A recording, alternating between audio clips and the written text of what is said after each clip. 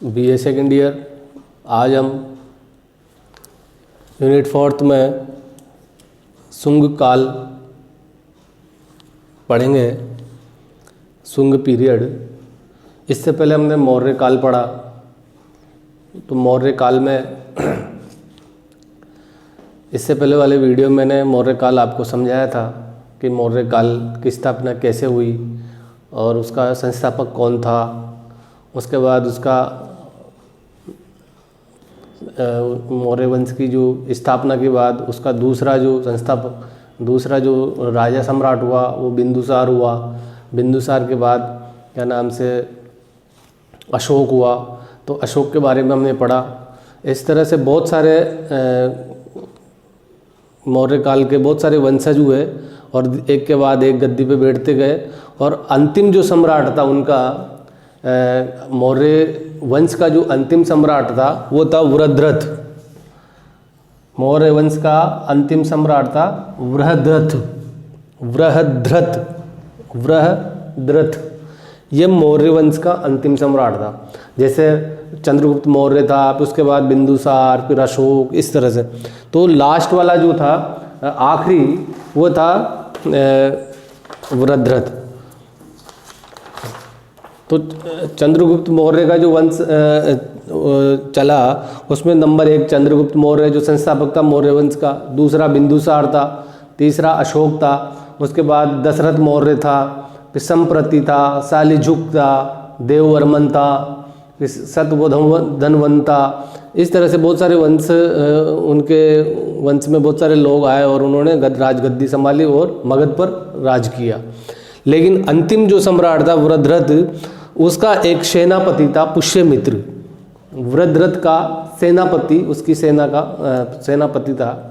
उसके वृहद्रथ के राजा बनने के बाद उसका सेनापति कौन था? पुष्यमित्र। तो मौर्य वंश का जो अंतिम सम्राट था वृहद्रथ, उसका सेनापति था पुष्यमित्र। तो इस पुष्यमित्र ने वृहद्रथ का वध कर, इसकी हत्या कर, इसको मार कर और क्या नाम से शुंग वंश की स्थापना की। इसका नाम था पुष्यमित्र शुंग।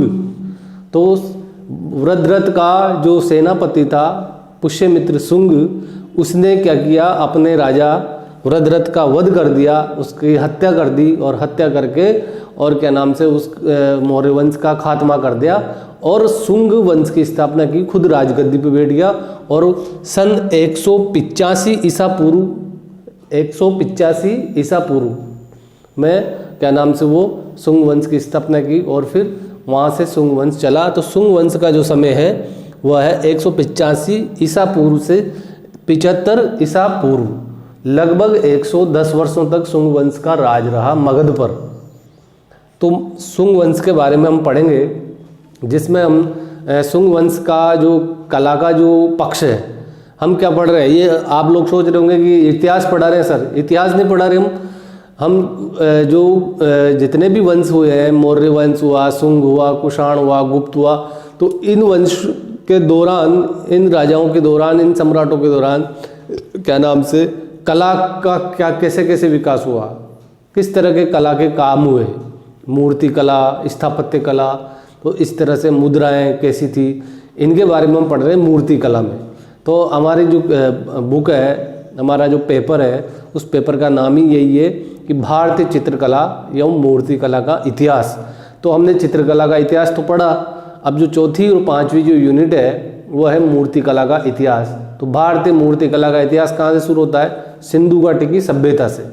तो सिंधु घाटी की सभ्यता से हम चल रहे हैं। हमने सिंधु घाटी की सभ्यता पढ़ी, जिसमें मोहनजोदड़ो पढ़ा, हड़प्पा पढ़ा।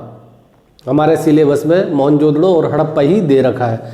जबकि वैसे देखा जाए तो सिंधु घाटी की सभ्यता में बहुत सारे ऐसे स्थान थे, जैसे कालीबंगा है, पीलीबंगा है, लोथल है, धोलावीरा है, इस तरह से बहुत सारी जगह। लेकिन जो मुख्य रूप से थे सिलेबस में दे रखा है मोहनजोदड़ो और हड़प्पा। तो सिंधु घाटी सभ्यता का हमने पढ़ा यूनिट 4 में। उसके बाद हम पढ़ते हैं प्राचीन काल के जो वंश आते हैं हमारे। तो प्राचीन काल में जो वंश आए, सबसे पहले जैसे मौर्य वंश आया, तो मौर्य वंश को हमने पढ़ा। तो मौर्य वंश को मौर्य वंश से पहले भी बहुत सारे वंश थे, लेकिन हमारे सिलेबस में मौर्य वंश दे रखा है, तो वहीं से हमने स्टार्ट किया है। मौर्य वंश का खात्मा हुआ 185 ईसा पूर्व में।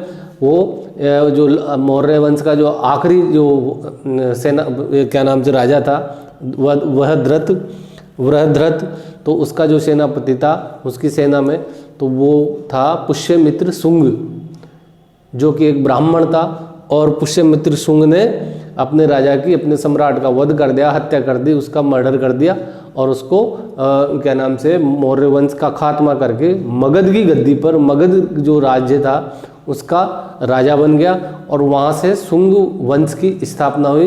तो शुंग वंश का संस्थापक कौन हुआ? पुष्यमित्र शुंग।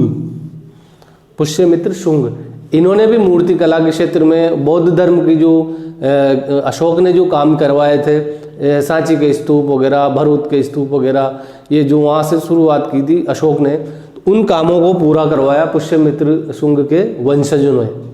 शुंग वंश के वंशजों ने उन काम को पूरा करवाया। जैसे सांची का स्तूप था, तो सांची का स्तूप तो अशोक के काल में ही बन गया था, लेकिन उसके जो बाकी का बचा हुआ काम था वो शुंग वंश में हुआ।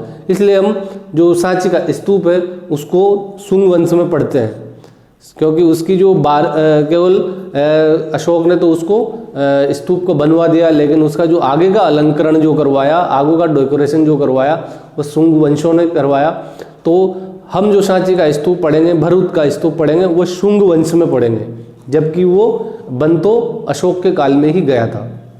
तो इस तरह से शुंग वंश की स्थापना हुई। तो ये ध्यान रखना, शुंग वंश की स्थापना 185 ईसा पूर्व में मौर्य सम्राट, अंतिम मौर्य सम्राट वृहद्रथ की हत्या करके उसके सेनापति पुष्यमित्र द्वारा, और पुष्यमित्र ने शुंग वंश की स्थापना कर दी और वो राजगद्दी पर बैठ गया। और इस तरह से मगध का सम्राट कौन बन गया? 185 ईसा पूर्व में पुष्यमित्र शुंग। तो उसके बारे में हम पढ़ते हैं, शुंग के बारे में, शुंग वंश के बारे में। मगध पर शुंग वंश की नींव मौर्य वंश के अंतिम शासक वृहद्रथ का वध कर उसके सेनापति पुष्यमित्र ने रखी। ब्राह्मण वंशीय पुष्यमित्र ने मौर्यकालीन भारतीय साम्राज्य के स्वरूप को यथावत रखा। जो मौर्य काल में जो भारतीय साम्राज्य का जो स्वरूप था उसको यथावत रखा, ऐसा नहीं बिगाड़ा नहीं। वह ब्राह्मण धर्म को पुनर्स्थापित किया, लेकिन बौद्ध धर्म के अनुयायियों के धार्मिक विरोध के कारण पुष्यमित्र को ईरानी आक्रांता दामित और बारहस्तरी राजवंश के सहयोग से सत्ता से हटाने का प्रयास किया, परंतु इस असफल प्रयास में जामाता मिनांदर कंधार का जो शासक था वो मारा गया। परिणाम स्वरूप पुष्यमित्र का साम्राज्य हिंदू कुश तक विस्तृत हो गया। हिंदू कुश पर्वत है, तो हिंदू कुश पर्वत तक पुष्यमित्र शुंग का साम्राज्य फैल गया। उसने जो क्या नाम से जो विदेशी आक्रांता थे उनको मार गिराया, जिसमें क्या नाम से एक तो था जामाता जो दामात से था, और एक मिनांदर था जो कंधार है अफगानिस्तान में, तो वहाँ तक पुष्यमित्र ने अपना शासन फैलाया। परिणाम स्वरूप पुष्यमित्र का साम्राज्य हिंदू कुश पर्वत तक विस्तृत हो गया। प्रतिकार स्वरूप पुष्यमित्र ने पटना से कांधार तक के समस्त बुद्ध विहारों को जलाकर नष्ट कर दिया। वह मिनांदर की राजधानी कंधार सियालकोट में जाकर ऐलान किया कि मैं सर्वमण शिरान दायस्ती शाह दिनार स्वयं दायशिमामी, जो मुझे बौद्ध भिक्षु का सिर लाकर देगा उसे मैं 4 दिनार इनाम दूंगा। पुष्यमित्र शुंग ब्राह्मण था और वो बौद्ध धर्म का थोड़ा सा विरोधी था, तो उसने कहा था कि जो मुझे बौद्ध भिक्षु का सर काट कर लाकर देगा, उसने एक ऐसा ऐलान किया था कि जो मुझे बौद्ध भिक्षुओं का सर काट कर लाकर देगा उसे मैं 4 दिनार इनाम में दूंगा। शुंग वंश का भारत पर 112 वर्षों तक राज्य रहा। इस कई में 110 है, कई में 112 वर्ष है। जैसे ये 75 ईसा पूर्व है तो किसी में 72 ईसा पूर्व है, तो इस तरह से शुंग वंश का भारत पर लगभग 110 वर्षों तक राज्य रहा। इस वंश का अंत मौर्य वंश के समानी कण्व वंश के राजा वासुदेव द्वारा शुंग वंश के अंतिम शासक देवभूति का वध करके की। इसके बाद जब ये वंश था शुंग वंश, तो इसका जो खात्मा हुआ 75 ईसा पूर्व में, तो वैसे ही हुआ जैसे इसने मौर्य वंश के साथ किया था। तो एक कण्व वंश था, तो कण्व वंश ने क्या किया, इनका जो अंतिम शासक था उसका वध करके वो उसने कण्व वंश की स्थापना कर दी थी 75 ईसा पूर्व में। तो इस वंश का अंत मौर्य वंश के समान ही कण्व वंश के राजा वासुदेव द्वारा, कण्व वंश का जो संस्थापक था वासुदेव, उसके द्वारा मौर्य शुंग वंश के अंतिम शासक देवभूति, शुंग वंश का जो अंतिम शासक था, पुष्यमित्र शुंग का जो अंतिम शासक था वो था देवभूति, उसका वध करके वासुदेव ने और कण्व वंश की स्थापना की थी। लेकिन 60 ईसा पूर्व कुछ समय बाद ही कण्व वंश को आंध्र सातवाहन वंशीय राजाओं ने सत्ता से हटाकर मगध पर एकाधिकार किया। फिर जो आंध्र प्रदेश की तरफ का जो सातवाहन वंश था, एक सातवाहन वंश था, उसने कण्व वंश को हटाकर और क्या नाम से 60 ईसा पूर्व में 16 सेंचुरी में उसको हटा दिया, 60 ईसा पूर्व में, और वहाँ पर सातवाहन का सत्ता जमा दी। भारतीय कला में शुंगकालीन कला का विशेष महत्व है। इस समय की कला ने कुछ अभिप्रायों को छोड़कर प्राय भारतीयता के स्वरूप को ग्रहण कर लिया। इस काल में आकृति रचना आकलन शैली में व्यापक परिवर्तन आए, जहाँ पर मौर्यकालीन प्राकृत यथार्थता से परे प्रतीकात्मक रूप ग्रहण करने लगी। सिंधु घाटी सभ्यता के पश्चात यह पहली राष्ट्रीय कला थी जिसने अपने मान, प्रतीक व अभिप्राय तो स्थापित किए, लेकिन साथ ही सचेत होकर रक्षात्मक सौंदर्य या रसात्मक सौंदर्य के मूल्य भी स्थापित किए। शुंग काल में मूर्तन का एक विशेष पक्ष दृष्टिगोचर हुआ, जहाँ मौर्यकालीन सर्व तो भद्री का रूप त्रिआयामी के स्थान पर अर्धचित्र मूर्तन रिलीफ के रूप में आगत होने लगा तथा यहाँ व्यक्तिगतता सामाजिकता में बदलने लगी। मूर्ति कला के क्षेत्र में मानव प्रतीकों व अभिप्रायों की बाढ़ सी आ गई। भरूच की वेदिकाओं, बोधगया, मथुरा, अमरावती आदि की वेदिकाओं व तोरण द्वारों पर विस्मयकारी आकृतियों का मूर्तन, जो मानव सत्ता की अभिव्यक्ति का उत्कृष्ट रूप है, आज भी अपने आप में सर्वत्र दुर्लभ मानी जाती है। शुंगकालीन स्वतंत्र मूर्ति शिल्पों में मृण मूर्तियों का भावमयी मूर्तन अधिकाधिक हुआ था। मौर्यकालीन काष्ठफलक मूर्तन एवं वास्तु का स्वरूप कारले, कनिहारी, भाजा के चैत्यों में पाषाण रूप में दृष्टिगोचर होता है। मौर्यकालीन जो काष्ठफलक थे वो उनकी मूर्तियाँ बनी, जो वो वास्तु का जो स्वरूप था वो कारला की गुफा, कनेरी की गुफा, भाजा की गुफा जो महाराष्ट्र में है चैत्यों में, वहाँ के चैत्य गृहों में पाषाण रूप में दृष्टिगोचर होता है। भरूच के स्तूप की वेदिकाओं का कारले व भाजा की वेदिकाओं, अमरावती और बोधगया के स्तूपों की वेदिकाओं, तोरण द्वारों व स्तंभों पर बौद्ध धर्म से संबंध प्रतीकों में मुख्यतः यक्षी, सालभंजी का कमल पुष्प व बुद्ध के प्रतीक रूप में चक्र, धर्म चक्र, परिवर्तन, छत्र, पदचिन्ह, पादुका, भिक्षापात्र व बोधि वृक्ष आदि का मूर्तन प्रचुरता से हुआ है। शुंग काल में बुद्ध का मानवीय रूप का मूर्तन निषेध प्राय था। शुंग काल में बुद्ध का जो मानवीय रूप था वो उसका मूर्ति बनाना निषेध प्राय था। शुंग काल में भगवान बुद्ध की मूर्ति को बनाना एक उसका निषेध था, क्योंकि उस समय बौद्ध धर्म में हीनयान संप्रदाय के प्रभाव के कारण प्रतीकों का सृजन अधिकाधिक हुआ। केवल प्रतीक ही बने हीनयान, क्योंकि बौद्ध धर्म में भी दो संप्रदाय हैं, एक तो महायान और एक हीनयान। तो महायान तो जो है वो मूर्ति पूजा में विश्वास रखता है, और हीनयान जो मूर्ति पूजा में विश्वास नहीं रखता। इसलिए हीनयान का जो संप्रदाय है वो केवल प्रतीक मानते हैं, प्रतीकों में विश्वास रखते हैं, प्रतीक चिन्हों में विश्वास रखते हैं और महायान जो धर्म था, बौद्ध धर्म का, वो मूर्तियों में विश्वास रखते थे।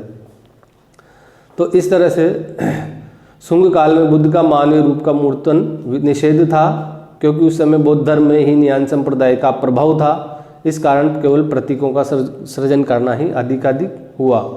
इसके अतिरिक्त नर नारी के रूप में यक्षी प्रतिमा तथा जल व वृक्ष के रूप में संबंधित मूर्तन, शाल भंजिका को उर्वरा शक्ति से संपन्न मातृ शक्ति में नारी आकृति का मूर्तन, जो पुष्ट वक्ष स्थल एवं भारी नितंबों से युक्त मूर्तिगत हुए।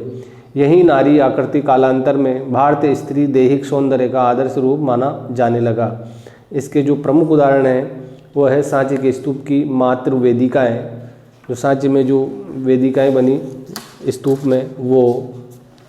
उसके अलावा भरूच के स्तूप वेदिकाएँ जिन पर जातक कथाओं व प्रतीकों का प्रचुर मात्रा में मूर्तन, जैसे अश्वमुखी जातक, रूप जातक, जेतवन जातक और छदंत जातक की कथाओं का मूर्तन हुआ।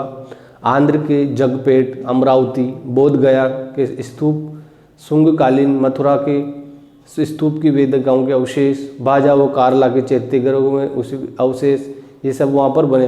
अर्थात कहने का मतलब है कि शुंग काल में जो मूर्ति का जो एक भगवान बुद्ध की जो मूर्ति पे निषेध था, लेकिन वहाँ पर प्रतीक बने।